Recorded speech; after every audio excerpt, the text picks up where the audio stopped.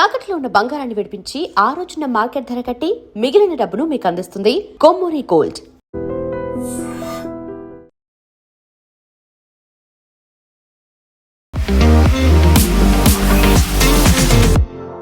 నమస్తే, నేను Kavitha. Welcome to iDream news and నిజాలు. Israel latest defence technology equipment ఉండేటువంటి దేశం. అలాంటి దేశాన్ని ఇరాన్ తనకున్నటువంటి ఏఐ పరిజ్ఞానంతో ఎదుర్కొంటోంది. యాక్చువల్గా అక్కడ ఏం జరుగుతోంది? అమెరికా ఇజ్రాయెల్కి ధీటుగా ఇరాన్ సమాధానం ఇస్తోందా, లేకుంటే పక్కదారి పట్టిందా? అదంతా కూడా ఇప్పుడు ఇతర ముస్లిం దేశాల మీద ఎందుకని అటాక్ చేస్తోంది? అందులోనూ ప్రధానంగా స్వశక్తితో ఎంతో కష్టంతో ఎదిగినటువంటి దుబాయ్ ఒక సేఫెస్ట్ డెస్టినేషన్ అనుకున్నారు. దాని మీద ఎందుకని అటాక్ చేసింది? మనతో పాటుగా ఉన్నారు సీనియర్ జర్నలిస్ట్ సురేష్ కొచ్చాతిల్ గారు. సార్ నమస్తే. సో మనం అన్నిట్లలోనూ ఈ విజువల్స్ ఇవన్నీ చూసిన తర్వాత మోస్ట్ టెరిఫైయింగ్గా కనిపించింది ఏంటి అంటే దుబాయ్ అందరికంటే కూడా చాలా సేఫ్గా ఉంటుంది. ఒక సేఫ్ జోన్ అని భావిస్తున్నారు, ఒక సేఫ్ డెస్టినేషన్ అనుకున్న దగ్గర అదెందుకు టార్గెట్ అయింది అసలు? ఇప్పుడు దుబాయ్ అనగానే it's tourist more than anything. Tourist వాళ్ళ దగ్గర ఆయిల్ లేదు, ఏం లేదు. ట్రేడింగ్ అండ్ టూరిజం అక్కడ చాలా లోకంలో చాలామంది ఇప్పుడు అక్కడ వచ్చి పనిచేస్తున్నారు కూడా, ఎక్స్పాట్రియేట్స్, ఎందుకంటే ట్యాక్స్ లేదు. So that's a big attraction. And Sharjah కానీ దుబాయ్ కానీ వీళ్ళొక రీసెర్చ్ అండ్ ఎడ్యుకేషన్ బేస్గా తయారు చేస్తున్నారు. వాళ్ళ రాజధాని అబుదాబి ఉండొచ్చు, ఎమిరేట్స్ది, కానీ అట్ ద సేమ్ టైం ఈ దుబాయ్ ఇస్ చాలా మటుకు ఒక టూరిస్ట్ డెస్టినేషన్. అది బుర్జ్ ఖలీఫా ఉండొచ్చు, దుబాయ్ షాపింగ్ మాల్ ఉండొచ్చు, బ్యాబ్స్ స్వామినారాయణ మందిర్ ఉండొచ్చు అబుదాబీలో. చాలా మటుకు వాళ్ళ టూరిజమే తిరుగుతుంది దాని చుట్టుపక్కలంతా. అట్లాంటి ప్లేస్లో దుబాయ్ మీద ఎందుకు అటాక్ చేశారు? ఫస్ట్ వీళ్ళు అటాక్ చేసింది దుబాయ్ ఎయిర్పోర్ట్ మీద, విచ్ ఇస్ అబ్సల్యూట్లీ షాక్ అయిపోయారు అందరు. ఎందుకంటే లోకంలో one of the largest airports in the world is Dubai. Okay, అది కూడా ఒక ట్రాన్సిట్ డెస్టినేషన్గా వాడుకుంటారు చాలామంది. అక్కడి నుంచి మన వైపు నుంచి చాలా మటుకు ఇండియన్ సిటీస్ నుంచి దుబాయ్కి వస్తారు. దుబాయ్ నుంచి మళ్ళీ అది యూకే కానీ యూఎస్ కానీ అక్కడి నుంచి ఫ్లైట్స్ తీసుకుంటారు, జర్మనీకి కూడా. ఇదెందుకు జరిగింది? ఎందుకంటే ఇప్పుడు ఇరాన్ ఒక రీజనింగ్ ఏంటంటే, ఇరాన్ వాళ్ళ రీజిమ్ లేదు ఇప్పుడు. వాళ్ళ హెడ్ ఆఫ్ సుప్రీం లీడర్ పోయారు, 40 కమాండర్లు పోయారు. వాళ్ళ దగ్గర ఉన్న అంత సెకండ్ లెవెల్ కమాండర్స్ ఉన్నారు ఇప్పుడు. వాళ్ళు నిర్ణయం తీసుకుంటున్నారు ఇప్పుడు. పాసిబ్లీ వీళ్ళు రాసి పెట్టుంటారు ముందే, నేను పోతే కూడా చేయాలని చెప్పేసి. ఏంటంటే ఎకనామిక్ అసెట్స్ని కొట్టండి. ద సేమ్ టైం యూఎస్ వాళ్ళ బేస్ ప్రతి దేశంలో ఒక బేస్ ఉంటుంది యూఎస్కి, వెస్ట్ ఏషియాలో. అది యుఏఈ ఉండొచ్చు, బహ్రెయిన్ ఉండొచ్చు, సౌదీ అరేబియా ఉండొచ్చు, ఒమాన్ ఉండొచ్చు, ఏ దేశం అయినా, ఖతార్ విత్ బిగ్గెస్ట్ బేస్, ఎక్కడున్నా కానీ వాళ్ళని హిట్ చేయండి మీరు. సెకండ్, వీళ్ళ ఎకనామిక్ అసెట్స్ని కొట్టండి. సౌదీ అరేబియా అరామ్కో రిఫైనరీ కొట్టారు నిన్న, విచ్ ఇస్ అబ్సల్యూట్లీ లోకంలో ఏం చెప్తారు, one of the biggest refineries అది. దాంతో ఇమ్మీడియట్గా ఆయిల్ ప్రైసెస్ పెరిగింది. స్ట్రైట్ ఆఫ్ హోర్మూజ్ అయితే క్లోజ్ చేశారు, అది ఇంకోటి. చూడండి, అసెట్స్ని కొడుతున్నారు, స్ట్రైట్ ఆఫ్ హోర్మూజ్ క్లోజ్ చేశారు. అది కాకుండా బహ్రెయిన్ వైపు యుఎస్ 7th ఫ్లీట్ని కొట్టారు, బహ్రెయిన్లో ఉన్న సివిలియన్స్ బిల్డింగ్ని కూడా కొడుతున్నారు. నేను ఒమాన్ అనే రాజ్యం వాళ్ళది పీస్ టాక్స్ నడిపిస్తున్న వాళ్ళే. మా బ్రదర్ ఒమాన్ ఉంటారు, ఆయన అన్నాడు మన మీద ఎవరు దాడి చేయరని చెప్పారు. గంట సేపు తర్వాత ఆడే మెసేజ్ నాకు పెట్టాడు, బాంబు పడ్డది ఇక్కడ కూడా అని చెప్పి. ఎప్పుడు అనుకోలేదు వాళ్ళు ఏమనుకున్నారంటే మేము చాలా సేఫ్గా ఉంటాం, మమ్మల్ని మేమే నెగోషియేట్ చేస్తున్నాం వీళ్ళ వైపు నుంచి, మా మీద అందుకు బాంబు వేస్తాం. వాళ్ళ మీద కూడా వేసారు తీసుకొచ్చి. సో ఇదొక ప్రాబ్లం వస్తుంది. ఇరాన్ 2 రీజన్స్ ఉండొచ్చు కవిత గారు దీంట్లో. ఒకటి, ఇరాన్ ఏం చెప్తున్నా అంటే వీ విల్ నాట్ సరెండర్. మా దగ్గర ఉన్న బ్యాలిస్టిక్ టెక్నాలజీ మీరేదో చాలా చిన్న పిల్లల దగ్గర దివాళీ పండగలాగా అనుకున్నారు, కాదు. We can really use it our advance. Drone and ballistic drone వాడారు సౌదీ అరేబియా రిఫైనరీ మీద, పామ్ జుమేరా మీద అటాక్ చేశారు దుబాయ్లో. అది ఆలోచించి, that again is a land mark. World's richest people అక్కడ ఉంటారు, డబ్బులు ఉన్న వాళ్ళు, వాళ్ళ మీద దాడి చేశారు నేను. సో ఇదొక షాక్ అనమాట గల్ఫ్ కంట్రీస్ కూడా.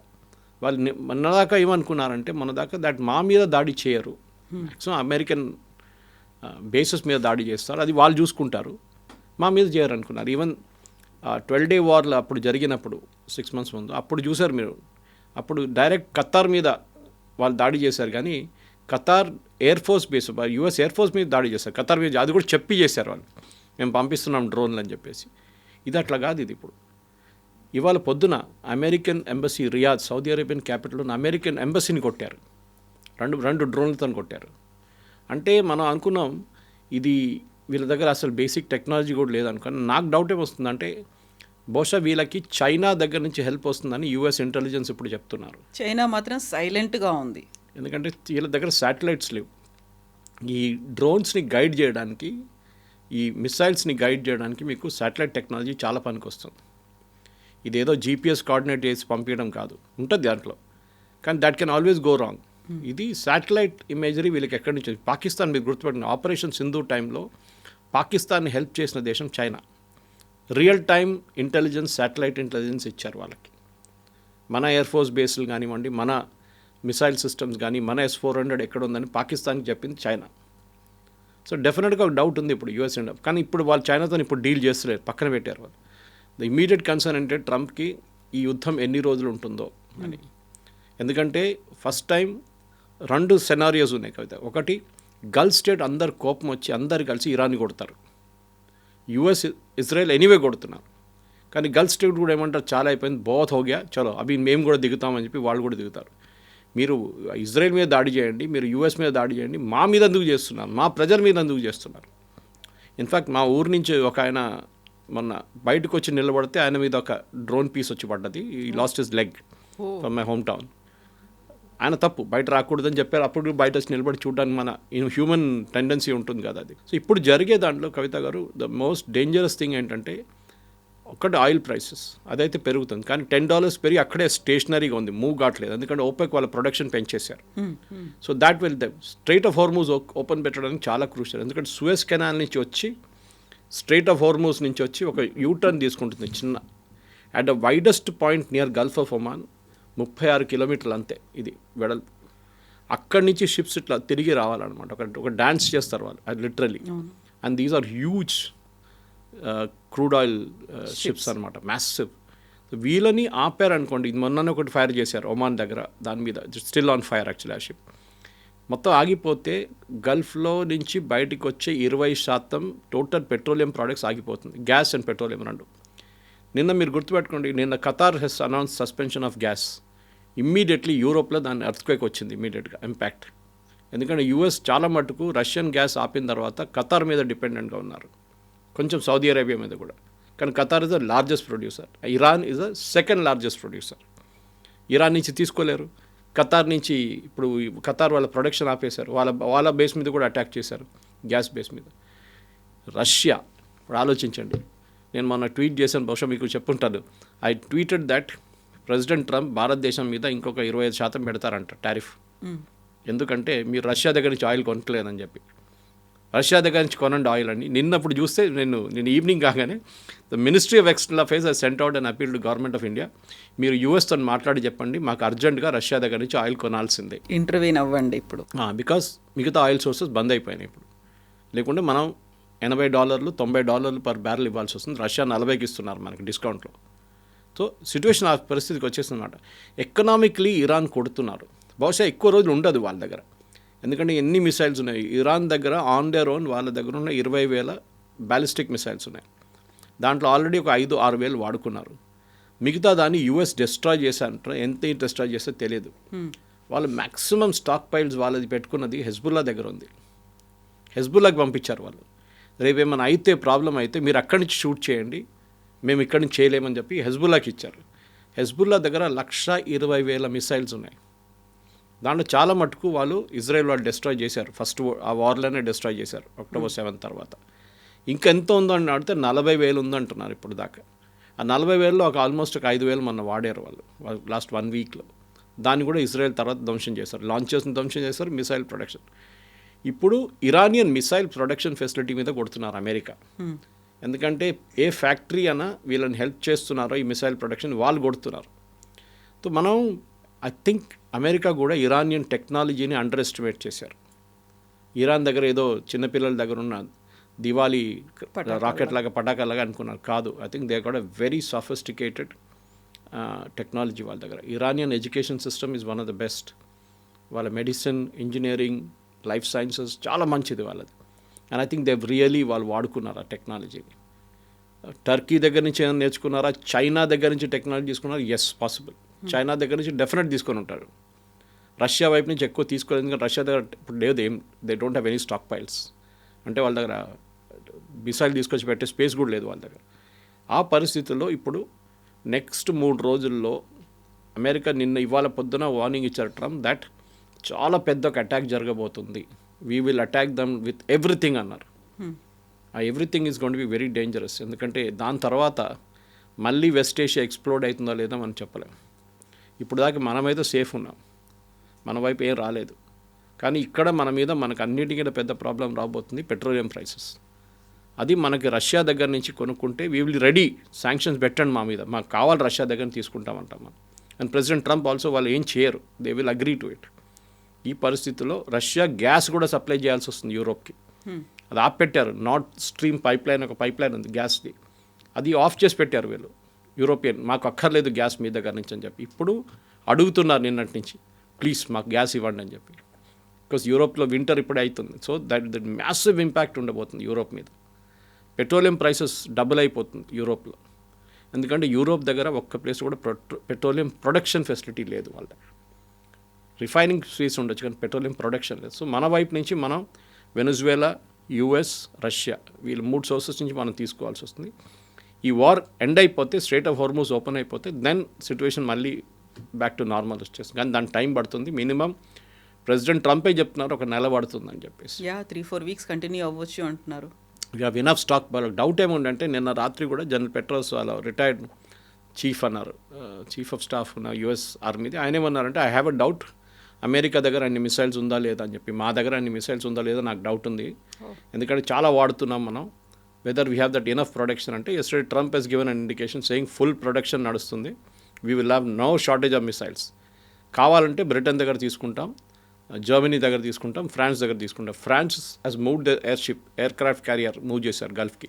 యూకే పార్టిసిపేట్ చేయట్లేదు, భయపడుతున్నారు యూకే, ఎందుకంటే వాళ్ళ దగ్గర పెద్ద ఒక ముస్లిం పాపులేషన్ ఉంది యూకేలో. వాళ్ళు మళ్ళీ ఏదైనా అటాక్ చేస్తారని భయం ఉంది.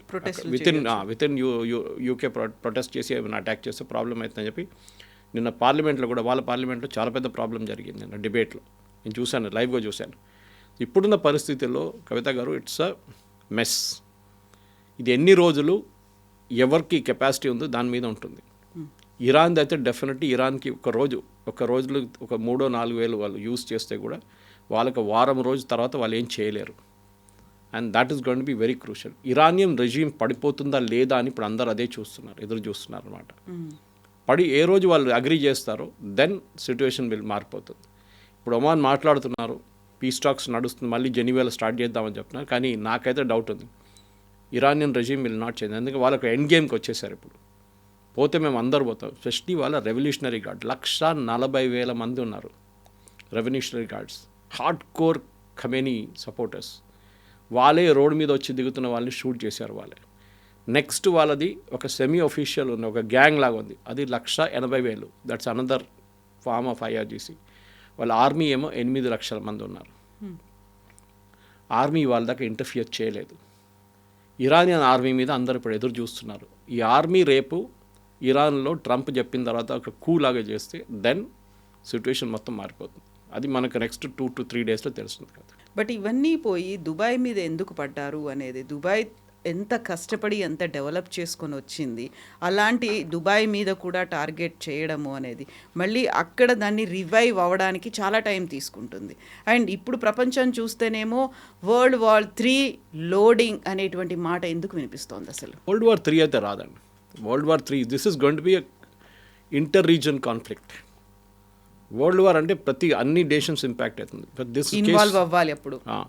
చూడండి, సెకండ్ వరల్డ్ వార్లో యూఎస్ ఇన్వాల్వ్ కాలేదు. Till pearl harbour was hit. Japanese వచ్చి పర్ల్ హార్బర్ కెమికల్స్ అటాక్ చేసిన తర్వాతనే యూఎస్ దిగారు దాంట్లో. అది కూడా యూఎస్ ఏం చేశారు, వచ్చి జపాన్ మీద 2 బాంబులు పడేశారు, ఖతం అయిపోయింది, యుద్ధం ఫినిష్.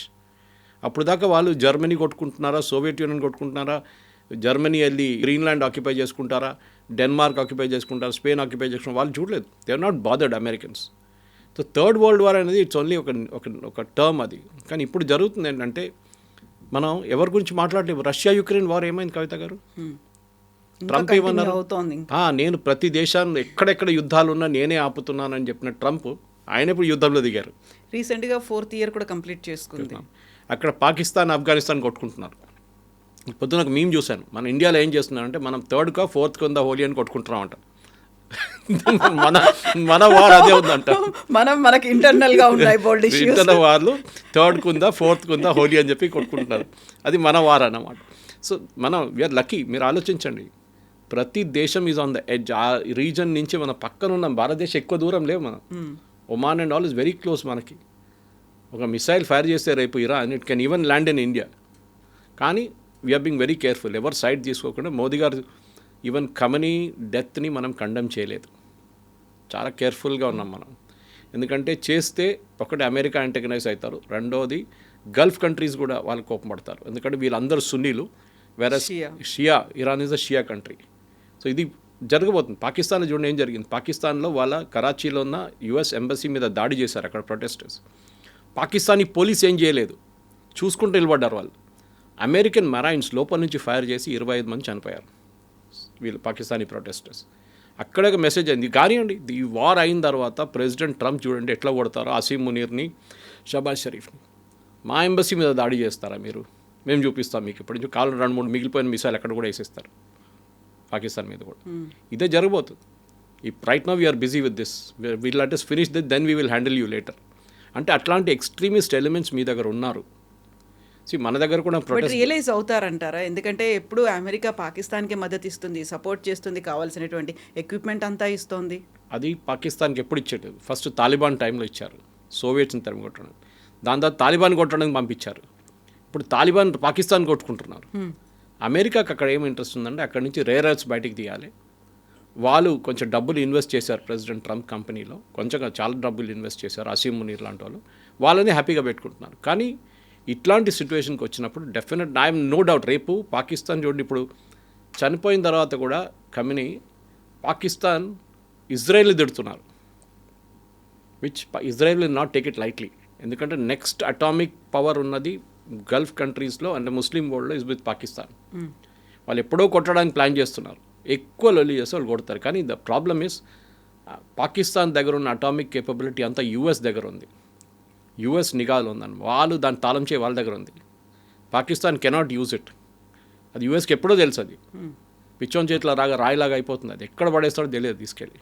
సో ఇట్లాంటి పరిస్థితుల్లో ఇప్పుడున్న దాంట్లో డెఫినెట్గా పాకిస్తాన్కి వాళ్ళ ఎంత ఎఫర్ట్ పెట్టినా కానీ గల్ఫ్ కంట్రీస్ వాళ్ళు పట్టించుకోరు. ఇటువైపు ఏమో సౌదీ అరేబియా వాళ్ళ ప్రాబ్లం ఉంది, వాళ్ళ మీద దాడి చేస్తున్నారు. రియాద్ మీద దాడి చేశారు, వాళ్ళ అరామ్కో ఫ్యాక్టరీ మీద దాడి చేశారు. ఖతార్ దాడి జరిగింది, కువైత్ మీద దాడి చేశారు. ఎక్కడ ఇన్వాల్వ్ లేని దేశాలు అందరి మీద దాడి చేస్తున్నారు. ఎందుకంటే you're all supporting the US base. అక్కడ సైప్రస్లో కొట్టారు, యూకే బేస్ని కొట్టారు. ఎందుకంటే అక్కడ నుంచి ప్లేన్స్ టేక్ ఆఫ్ చేస్తుంది. అంటే అంత నాలెడ్జ్ ఉంది వాళ్ళకి. That is the main thing. Kavitha గారు, మనం అనుకుంటాం ఇరానియన్స్ దగ్గర ఒక టెక్నాలజీ లేదు, ఇంటెలిజెన్స్ లేదు, రెండూ ఉన్నాయి వాళ్ళ దగ్గర. They are somehow getting the intelligence. ఎక్కడి నుంచి మీకు ఎట్లా తెలుసు సైప్రస్ నుంచి టేక్ ఆఫ్ చేశాను యూఎస్ జెట్స్ అని? వాళ్ళకి తెలిసిపోయింది అది. దానికోసం వాళ్ళు కొట్టారు. డియోగో గార్షియా కొట్టలేరు. డియోగో గార్షియా పర్మిషన్ లేట్ ఇచ్చారని చెప్పి నిన్న ట్రంప్ స్టామ్ అని చాలా తిట్టాడు నిన్న. మీరు ముందే పర్మిషన్ ఇవ్వండి, మా B-2 బాంబర్స్ అక్కడ ఉండే, మేము మళ్ళీ యూఎస్ నుంచి తెప్పించుకోవాల్సి వచ్చింది మాకు అని చెప్పి. సో ఇది ఇప్పుడు ఎట్లయిపోయిందంటే ఇది ఇరాన్ని ఒక గాజా లాగా తయారు చేస్తారు. ఇప్పుడు చూస్తూనే ఉండండి. End of it all Iran will resemble Gaza. అది పరిస్థితి. హెజ్బుల్లాని వాళ్ళు చూసుకుంటారు, ఇజ్రాయెల్ నేను చెప్పాను చూడండి. ఇటువైపు హమాస్ ఇస్ ఆల్మోస్ట్ ఫినిష్డ్, వాళ్ళు ఏం మాట్లాడలేదు. ఇప్పుడు హూతీలను చూసుకోవాలి, అది యూఎస్ చూసుకుంటారు. కావాలంటే ఇండియా కూడా అప్పగిచ్చేస్తారు, మీరు చూసుకోండి హూతీలు అని చెప్పేసి. అది కూడా జరుగుతుంది. దిస్ ఇస్ ద సిచ్యువేషన్ నా. సో ఇరాన్ నుంచి నినాదాలు వచ్చేవి, death to Israel, death to America అని వచ్చేది. ఆ రెండూ కలిసాయి. ఇప్పుడు ఖమేనీని చంపేసిన తర్వాత స్టిల్ అదే కండిషన్ ఇంకా కంటిన్యూ అవుతుంది. ఎందుకంటే ఒక స్ప్లిట్ అనేది ఇరాన్లో కూడా కనిపించింది. చాలా వరకు బయటకు వచ్చారు, సెలబ్రేట్ చేసుకున్నారు.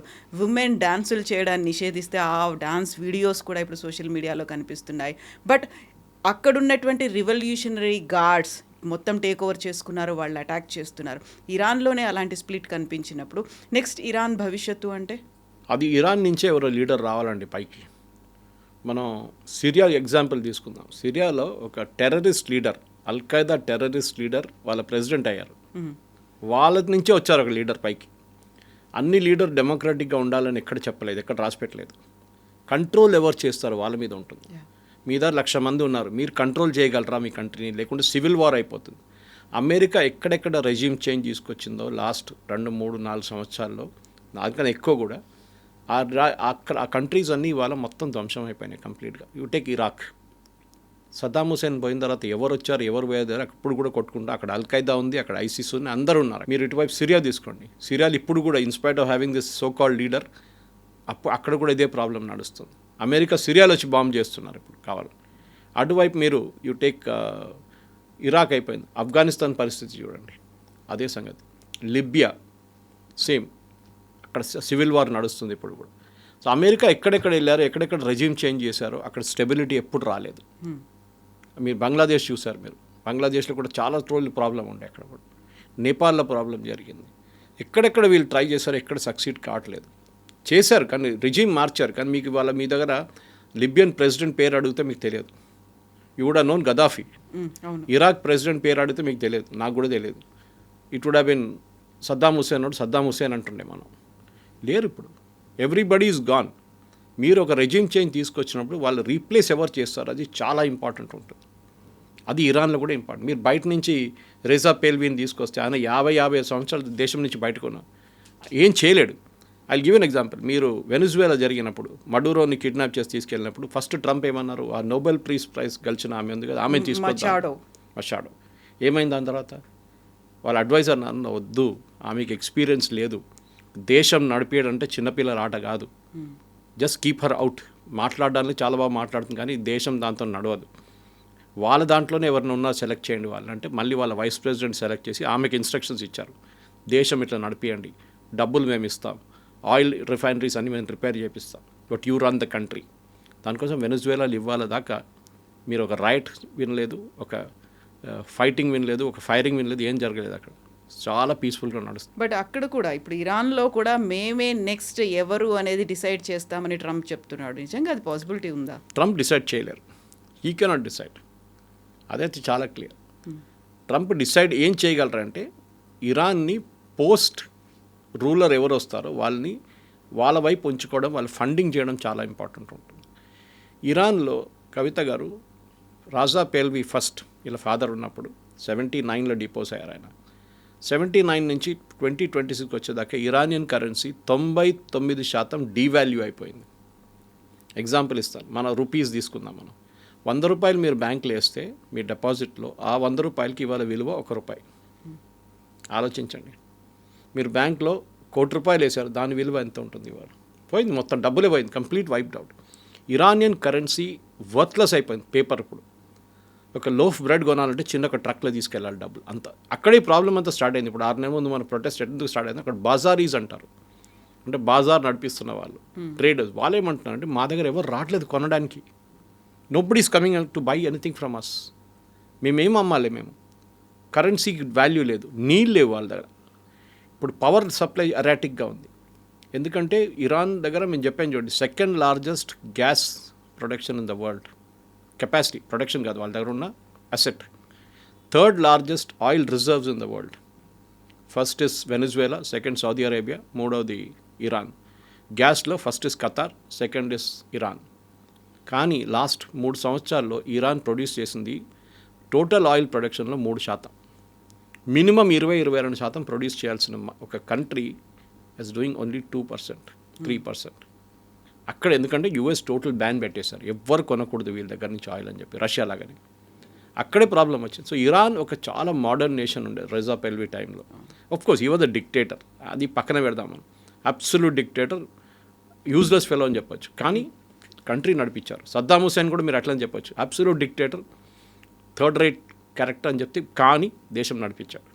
గదాఫీ కూడా సేమ్ థింగ్, స్టెబిలిటీ ఉండే వాళ్ళకి. Whether you agree with that stability concept అన్నాడు, అది ఇంకోటి. కానీ ఇప్పుడు ఏంటంటే ఇరాన్లో ఈ ఇరానియన్ రెవల్యూషన్ తీసుకొచ్చిన టైం నుంచి ఇప్పుడు దాకా ఫస్ట్ 8 సంవత్సరాలు ఖొమేనీ ఉండే, దాని తర్వాత 40 సంవత్సరాలు ఖమ్నై. ఈ 40 సంవత్సరాల్లో కంప్లీట్ ఎకానమీని ధ్వంసం చేశారు వాళ్ళు. షరియా లా మీద ఇంపార్టెన్స్ పెట్టి అన్ని దేశాలతో కొట్లాడుకొని అమెరికాతో పంగా పెట్టుకున్నారు.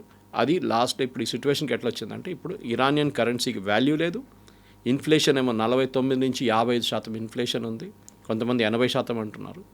ప్రజలకి తినడానికి ఎక్కువ తిండి లేదు అక్కడ, వాళ్ళు సఫర్ అవుతున్నారు. కానీ వాళ్ళ ఎడ్యుకేషన్ సిస్టమ్ చూస్తే one of the best in the world. వాళ్ళ దాంట్లో 98% మహిళలు ఎడ్యుకేటెడ్. చాలా ఎడ్యుకేషన్ సిస్టమ్ సూపర్ ఇరాన్లో. వాళ్ళ దగ్గర పోస్ట్ గ్రాడ్యుయేట్ లెవెల్లో కూడా చాలా మంచి education, even there medical education. మన భారతదేశం నుంచి చాలామంది కశ్మీర్ వైపు నుంచి షియా పిల్లలు వెళ్తారు అక్కడ చదువుకోవడానికి, కార్గిల్ వైపు నుంచి. This is very important. Iran దగ్గర పొటెన్షియల్ ఉంది, ఆ పొటెన్షియల్ని నడిపించడానికి వీళ్ళకి తెలియదు. రేజా పేల్వీని ఎందుకు తీసేశారు బయట అంటే కరప్షన్, అబ్సల్యూట్ కరప్ట్ ఉండే ఆయన. యుఎస్ వాళ్ళని వాడుకున్నారు. ఆయనకన్నా ముందున్న ప్రెసిడెంట్ మొహమ్మద్ మెజీబ్ ఆయన కిందకి దింపారు 1953లో. వీళ్ళందరూ కలిసి చేశారు పని. ఎవరు యూకే MI6 అండ్ CIA కలిసి చేశారు. ఆయన పక్కన పెట్టి ఈయన తీసుకొచ్చారు షా ఆఫ్ ఇరాన్ని. ఆయన అసలు దేశం మొత్తం ధ్వంసం చేశారు.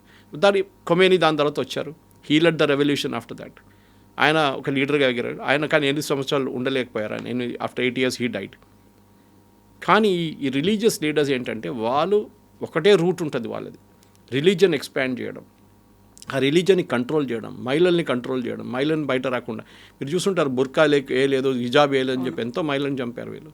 జుట్టు కనిపిస్తోంది అని అది. సో డెఫినెట్గా ఇరాన్లో కొత్త లీడర్షిప్ రావాలంటే నెక్స్ట్ ఒక 2 to 3 weeksలో వాళ్ళ దాని నుంచే ఎవరినైనా సెలెక్ట్ చేయాల్సి వస్తుంది. కానీ ఈ నేషనల్ గార్డ్, రెవల్యూషనరీ గార్డ్స్ ఉన్నారు చూడండి, వాళ్ళని ఫస్ట్ ట్యాకిల్ చేయాల్సి వస్తుంది. వాళ్ళ టాప్ లీడర్షిప్లో 22 మందిని చంపేశారు మన బాంబింగ్లో. ఇన్ఫ్యాక్ట్ ఆ బాంబింగ్ కూడా చాలా, నేను ఇవాళ పొద్దున కూడా I was listening to an Israeli expert, intelligence expert. ఆయన ఏం చెప్తున్నా అంటే, ఇంత హైలీ ప్రొటెక్టెడ్గా ఉన్న మనిషి, ఖమనీ లాంటి మనిషిని మీరు ఒక ఓవర్ గ్రౌండ్ ప్యాలెస్లో పెట్టి ఓపెన్ ఏరియాలో, అంటే ఓపెన్ ఏరియా అంటే నాట్ అండర్ గ్రౌండ్, పైన ఒక బిల్డింగ్లో పెట్టి దాంట్లో ఒక 100-200 మంది కమాండర్స్ని తీసుకొస్తే వీళ్ళందరూ చూసుకొని కూర్చుంటారు అక్కడ. In fact the operation was planned on Tuesday, వెనస్డేకి పోస్ట్పోన్ చేశారు, థర్స్డేకి పోస్ట్పోన్ చేశారు, ఫ్రైడేకి పోస్ట్, లాస్ట్ సాటర్డే పొద్దున కొట్టారు. ఎందుకంటే వీళ్ళు అనుకున్నారు ఇప్పుడు దాకా ఇజ్రాయెల్ మా మీద దాడి చేసినప్పుడు రాత్రిపూట చేశారు, పొద్దున పూట ఎప్పుడు చేయలేదు, వాళ్ళు కొట్టారు మామూలు. కానీ it is absolute blunder. In fact that Israeli expert saying, మీద ఒక డోర్ మీద బోర్డు కూడా పెట్టుంటారు, here lives Khamenei family, please knock and enter the door అని, please knock the door and enter. అంత ఓపెన్గా పెట్టుకున్నారు మీరు. ఓకే, నేను అప్పుడు తెలుస్తుంది అంటే ఇవాళ వచ్చిన రిపోర్ట్లో ఇజ్రాయెల్ వాళ్ళు ట్రాఫిక్ సిగ్నల్ కెమెరాలు కూడా హ్యాక్ చేశారంట. ఈ లీడర్స్ అందరూ ట్రావెల్ చేస్తున్న రూట్ చూసుకోవడానికి మన దగ్గర ట్రాఫిక్ కెమెరాస్ ఎందుకు పెడతారు, బండి ట్రాక్ అది కూడా ఇజ్రాయెల్ వాళ్ళు హ్యాక్ చేశారట. దాన్ని హ్యాక్ చేసి వీళ్ళందరూ ఏ రూట్లో వెళ్తున్నారు, ఎక్కడికి వెళ్తున్నారు కనుక్కుంటే అందరూ ఒకటే రూట్లో వెళ్తున్నారంట. And that the only fellow who escaped yesterday's bombing, I mean ఆ 28th బాంబింగ్ రోజు వాజ్ హెడ్ ఆఫ్ ఇంటెలిజెన్స్. ఆయనకి ఒంట్లో బాగాలేదంట, ఇంట్లో అనుకున్నాడు, ఆయన డెప్యూటీ అయినండి ఆడు చనిపోయాడు. సో ఆ పరిస్థితి they have bill to get superb intelligence. ఇది చాలా ఇంపార్టెంట్. హ్యూమన్ ఇంటెలిజెన్స్ ఒకటి ఉంటుంది అంటే వాళ్ళు ఇరాన్లో ఉన్న ఈ రెజీమ్ లోపల కూడా దూరారు. వాళ్ళు కాసిం సులైమానీని చంపినప్పుడు there was excellent information. Qasem Soleimani తోడుని ఎవరో ఇన్ఫర్మేషన్ ఇచ్చారు that he is moving in this car from so and so place. ఎందుకంటే 6 కార్లు ఉండే కాన్వాయ్లో, 6 కార్లకు ఒకటే నంబర్ ప్లేట్. మన దగ్గర కూడా చూడండి, రేవంత్ రెడ్డి వెళ్తున్నప్పుడు, చంద్రబాబు నాయుడు వెళ్తున్నప్పుడు కార్ నెంబర్ ప్లేట్ అన్నీ ఒకటే ఉంటుంది. యాక్చువల్లీ ఇట్ ఇస్ ఇల్లీగల్, కానీ సెక్యూరిటీ వైజ్ ఇట్ ఈస్ ఇంపారిటివ్. ఆ కార్లు మారుతూనే ఉంటాయి కాన్వాయ్లో. సో మీకు తెలియదు ఏ కార్లో ఉన్నాడని చెప్పేసి. అదే వీళ్ళు కూడా ఫాలో చేస్తారు. కానీ కరెక్ట్గా అప్పుడు కూడా కొట్టారు సులైమానీని. పక్కన ఉన్న ఏ కార్కి ఏం ప్రాబ్లం రాలేదు. ఆలోచించండి. సో ఇజ్రాయలీ ఇంటెలిజెన్స్ ఆ రోజు జరిగిన దాడిలో చాలా క్లియర్గా, కానీ వీళ్ళు చేసిన అన్నిటికంటే పెద్ద బ్లండర్, అండర్ గ్రౌండ్ బంకర్లో మీటింగ్ పెట్టకుండా మీరు ఒక ఓపెన్ అంటే ఒక ప్యాలెస్లో మీటింగ్ పెట్టి చాలా ఓపెన్గా ఇజ్రాయెల్ చెప్పారు మీరు రావచ్చు కొట్టచ్చు మమ్మల్ని అని చెప్పి, వీఆర్ రెడీ అన్నట్టుగా. But I think that is a blunder, underestimating Israel, are they were plain stupid Iranians. ఎందుకు చేశారో అర్థం కావట్లేదు ఇప్పుడు కూడా. అది హైలీ ప్రొటెక్టెడ్ మనిషి. ఈయనని లాస్ట్ టైం 6 నెలల ముందు అటాక్ జరిగినప్పుడు కవిత గారు, దేవర్ రిపోర్ట్స్, ఇంటెలిజెన్స్ రిపోర్ట్స్ చాలా క్లియర్గా ఏం చెప్పారంటే they had him in the range. Khamenei ఉన్నారంట రేంజ్, కొట్టమంటారా? అప్పుడు యుఎస్ ప్రెసిడెంట్ ట్రంప్ చెప్పారంటే ఇప్పుడు వద్దు, కొడితే అది పెద్ద ప్రాబ్లం అవుతుంది. So Israel backed out. But Israel convince చేసింది మళ్ళీ ఇప్పుడు. న్యాచురల్లీ, బికాజ్ వాళ్ళు ఇప్పుడు నిన్న ఒక యూట్యూబ్ ఛానల్లో ఆర్గ్యూ చేస్తున్నారు, మన ఛానలే అనుకుంటాను, మరి ఇంకా ఏదో ఛానల్ గుర్తులేదు. నేను ప్యూరిటీ గురించి మాట్లాడుతున్నాను, యురేనియం ప్యూరిటీ. ఎగ్జాక్ట్లీ మన దగ్గర 20%, 30%, 60%, 80%. యాక్చువల్లీ 20% నుంచి మొదలు కావచ్చు. 20% మొదలైతే ఒక చిన్న క్రూడ్ బాంబ్ లాగా ఉంటుంది. మీరు ఎంత హై ప్యూరిటీకి వెళ్తారో అంత బాగుంటుంది వెపన్. అది చాలా ఇంపార్టెంట్. కానీ ఈ న్యూక్లియర్ వెపన్ ఎవరు వాడరు. అది ఒక థ్రెట్ లాగా వాడుకుంటారు అంతే. నా దగ్గర ఇది ఉంది చూడు, ఇప్పుడు కిమ్ జాంగ్ ఉన్నట్లని ఉంటుంది, నా దగ్గర వస్తే నేను పేల్ చేస్తాను అది. So nobody will go to him, అందరు దూరం ఉంటారు. ఇది అన్నమాట. అది రాకుండా చూడడానికి ఇజ్రాయెల్ జాబ్ ఉంది. 20% కూడా వాళ్ళు డర్టీ బాంబ్ అంటారు దాన్ని. మనం అమెరికాలో వాడారు అది ఒకసారి, డర్టీ బాంబ్, న్యూక్లియర్ బాంబ్, కానీ ఎక్స్ప్లోడ్ కాలేదు అది. టెర్రరిస్ట్ కొంతమంది ట్రై చేశారు. ఇప్పుడున్న పరిస్థితుల్లో డెఫినెట్గా నెక్స్ట్ లీడర్ అంటే ఏం జరుగుతుంది next 1 week itself is the big question. కానీ ఇప్పుడు ఏం చేయబోతున్నారంటే వాళ్ళ దగ్గర ఉన్న కంప్లీట్ మిసైల్ ప్రొడక్షన్ టెక్నాలజీని ధ్వంసం చేస్తారు యూఎస్ అండ్ ఇజ్రాయెల్. దాంతోపాటు వాళ్ళ దగ్గర మిగిలిపోయిన లీడర్షిప్ని వాళ్ళు కూడా కొడతారు. లాస్ట్లో ఇచ్చే ఆప్షన్ ఏంటంటే మీ దాంట్లో నుంచే ఒక మనిషిని సెలెక్ట్ చేసుకోండి, who will be our man. We'll then allow oil exports. మళ్ళీ ఇరాన్ పాత సిస్టమ్కి వెళ్ళిపోతుంది. ఇరాన్లో డబ్బులు మస్తు ఉంటుంది, ఇరానియన్ ఎడ్యుకేషన్ సిస్టమ్ బాగుంటుంది, వాళ్ళ health care one of the best in the world. అది కూడా చాలా బాగా, ఇంకా ఎక్విప్మెంట్ ఇంకా రావచ్చు, బయట నుంచి మెడిసిన్స్ రావచ్చు. It become another very develop country. కానీ అది ఎవరు అంగీకరిస్తారో, వాళ్ళ లోపల నుంచి ఎవరు అగ్రీ చేస్తారో అది చూడాల్సిందని. ఎప్పుడు అవుతుందో అనేది కూడా వారం లోపల 10 రోజులు అయిపోతుంది 100%. ఎందుకంటే దానికన్నా ఎక్కువ ఇరాన్ తట్టుకోలేరు, వాళ్ళ దగ్గర కెపాసిటీ లేదు. అది వీళ్ళందరూ కలిసి అటాక్ చేస్తున్నారు. ఇప్పుడు ఓన్లీ యూఎస్ అండ్ ఇజ్రాయెల్. రేపు I will not be surprise Kavitha గారు, Saudi Arabia, Kuwait, Bahrain, Qatar వీళ్ళందరూ కలిసి కొడితే కూడా ఐ వోంట్ బీ సర్ప్రైజ్. ఖతార్లోనే కూర్చున్నారు వీళ్ళ లీడర్లు అందరూ. హమాస్ లీడర్ ఖతార్లో ఉన్నారు, అల్ఖైదా లీడర్స్ ఖతార్లో కూర్చున్నారు, ఈవెన్ ముస్లిం బ్రదర్హుడ్ లీడర్స్ అందరు ఖతార్లో ఉన్నారు. సో వాళ్ళని వాళ్ళని పట్టుకుంటారు ఖతార్. మీరు చెప్పండి వెళ్ళి ఇరాన్కి అని చెప్పేసి. కానీ అప్పుడు దాకా ఉండదు, వాళ్ళని కూడా ఫినిష్ చేసేస్తారు Israel 100%. Sir thank you so much. Thank you very much. Thank you.